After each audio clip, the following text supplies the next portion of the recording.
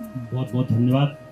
मंच पर उपस्थित हमारे बड़े भाई संस्थापक अध्यक्ष श्रीमान धर्मेंद्र शर्मा जी, हमारे संरक्षक ट्रस्टी हमारे बाबूजी गोपाल जी, घनश्याम जी, और हमारे ट्रस्टी जितेंद्र शर्मा जी, मैं सभी उपस्थित यहाँ पे सभी महिला शक्ति नारी शक्ति को मैं सादर नमन प्रणाम करता हूँ। जैसा कि बहुत कुछ बताया गया यहाँ पे, आपने जितना भी यहाँ पे जानकारी दिया, अभी धर्मेंद्र शर्मा जी ने बताया प्रयास के बारे में, जो अथक प्रयास हो रहा है, जो मेहनत हो रहा है, वो आपने ऊपर ऊपर जाना है। जबकि मैं आपको आज बताना चाहूँगा, जमीनी हकीकत में धर्मेंद्र शर्मा जब यहाँ से जाते हैं बनारस में तो कितना मेहनत करते हैं। बनारस पहुँच करके वहाँ पे सुबह उठना, सुबह 7 बजे उठना और वहाँ पे जाके लोगों से मिलना। एक ऐसे शहर में जहाँ पे हमारा कोई सामाजिक, जहाँ पे हमारा कोई व्यापारिक, जहाँ पे हमारा कोई आर्थिक मेल जोल नहीं है, वहाँ पे हमारे कार्यकर्ताओं के साथ में नए नए लोगों से मिलना, उनको कन्यादान के बारे में बताना, उनसे बातें करना, उनको प्रोत्साहित करना, उनको हमारे उद्देश्य के बारे में अवगत कराना। अगर दिन में 10 लोगों से मिलते होंगे तो 10 बार वही उसी बातों को बार बार बताना पड़ता है, क्योंकि नया जगह है, नए लोग हैं, नया शहर है। और उस अथक प्रयास, अथक मेहनत करने के बाद जब घर पे आते हैं तो मेरा इनसे 2 बार बात होता था। रात को 11 बजे होता था और सुबह 7 बजे होता था। इसका मतलब ये भाई साहब रात को 11 बजे तक जागते थे और सुबह 7 बजे उठ के तैयार भी हो जाते थे। तो कितनी मेहनत करते थे वो मैं बॉम्बे में रह के उस पीड़ा को मैं देख रहा था। वहाँ पे जाके मिलते थे, लोगों से बातचीत करते थे।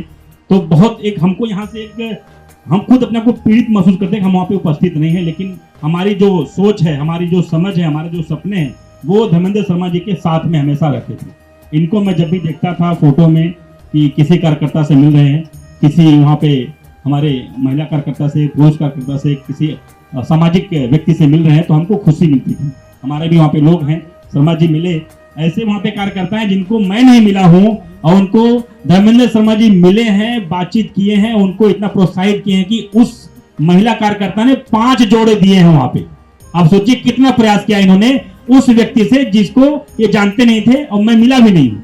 वो आप वहाँ पे मिलेंगी, वो भी आपकी नारी शक्ति है, तो नारी शक्ति वहाँ भी सक्रिय है। और 5 जोड़े तो मैं बोल रहा हूँ, अभी पता नहीं कितने जोड़े और बना दिए होंगे।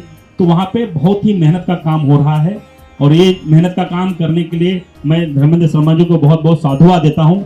आप लोग का केवल एक आशीर्वाद है, आप लोग का यहाँ पे जो अटूट विश्वास है, एकता है, ये शक्ति प्रदान करता है, इनको मनोबल बढ़ाता है इनका कि जाकर के उस जगह पे जाकर के ये कार्यक्रम कर रहे हैं। और मैं सौभाग्यशाली हूँ कि उस संजय मोटल में मुझे कार्यक्रम के पहले जाने का अवसर प्राप्त हुआ था। मैंने वीडियो भी डाला था, मैं 2 बार गया था वहाँ पे, क्योंकि बाबा जी की नगरी में दर्शन करने जाता हूँ, एयरपोर्ट के बाजू में है।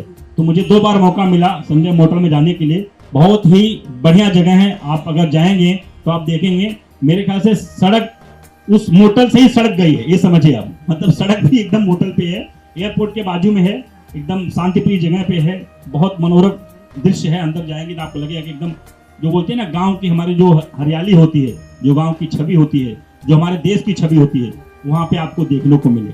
तो मैं इतने कहना चाहूँगा, इस तरह से फरवरी का कार्यक्रम है, चाहे अभी अप्रैल का कार्यक्रम है, चाहे नवंबर का कार्यक्रम है, सारे कार्यक्रम आप लोगों की इच्छा शक्ति को मजबूत करने के लिए किए जा रहे हैं, ताकि आप लोग ऐसे कार्यक्रम करते करते हम लोग एक बार जयपुर के बाद दिल्ली में भी कार्यक्रम करेंगे। ये हमारे कन्यादान परिवार की संकल्प यात्रा है।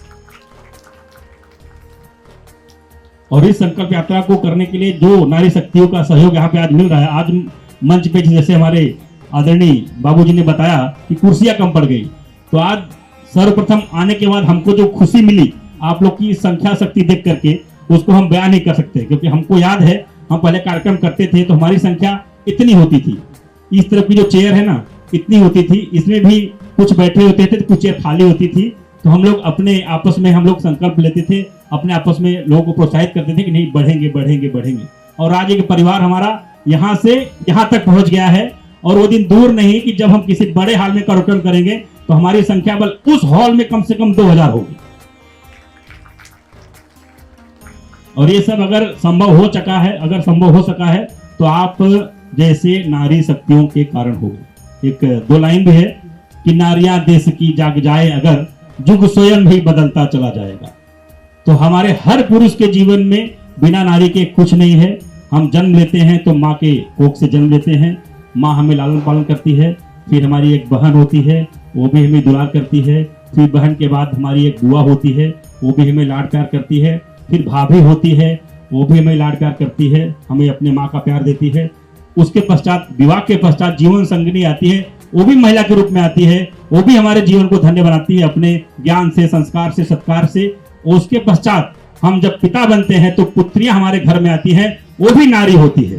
तो हमारा जो पुरुषों का जीवन है नारी से ही शुरू होता है, नारी पे ही खत्म होता है। तो बिना नारी के पुरुष का भी कोई अस्तित्व नहीं है। आप हैं तो हम हैं। इसलिए हम चाहते हैं कि आप लोग इसी तरह से नारी शक्ति, अपने इच्छा शक्ति, अपने जो एकता को पहचानिए। और जो कार्यक्रम हो रहा है ये आपका अपना कार्यक्रम है, इसको और अधिक मेहनत से मैं आपको एक गुरुमंत्र अभी देंगे, गुरुजी बताएंगे।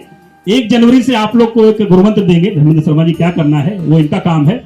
मैं आपको बस एक रिक्वेस्ट करूंगा, निवेदन करूंगा कि 1 जनवरी 2025 से आप जो ये 32 कन्याओं का कन्यादान है 20 अप्रैल तक अपने मन में दृढ़ इच्छा शक्ति ले लीजिए कि आपके घर पे 32 कन्याओं का कन्यादान है। आप केवल ये समझिए कि आपको कन्यादान करना है। सुबह शाम जब भी उठो केवल कन्यादान करना, इतना सोच लीजिए।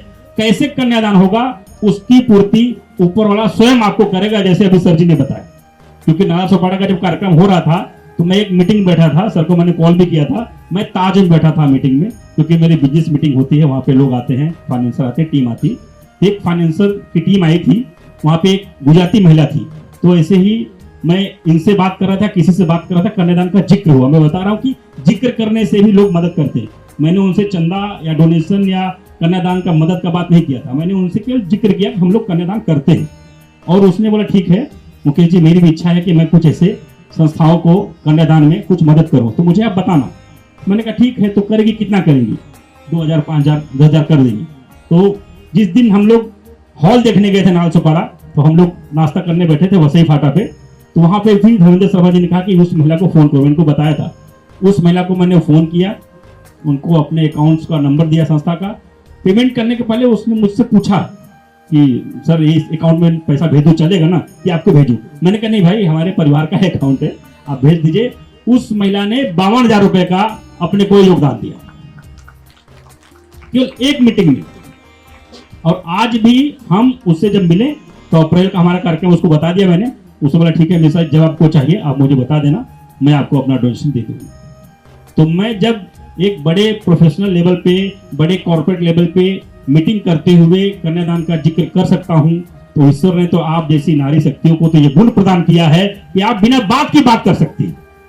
मैं तो पुरुष हूं, संकोच करूंगा कि भाई अपने बिजनेस मीटिंग में कैसे बात करूं, लेकिन आपके पास तो दैविक गुण है बात करने का, जो कि हमारे अंदर नहीं है। आप तो किसी से भी बात कर सकती हैं।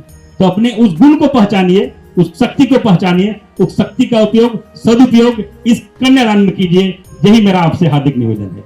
मैं अपनी वाणी को विराम देता हूं। धन्यवाद।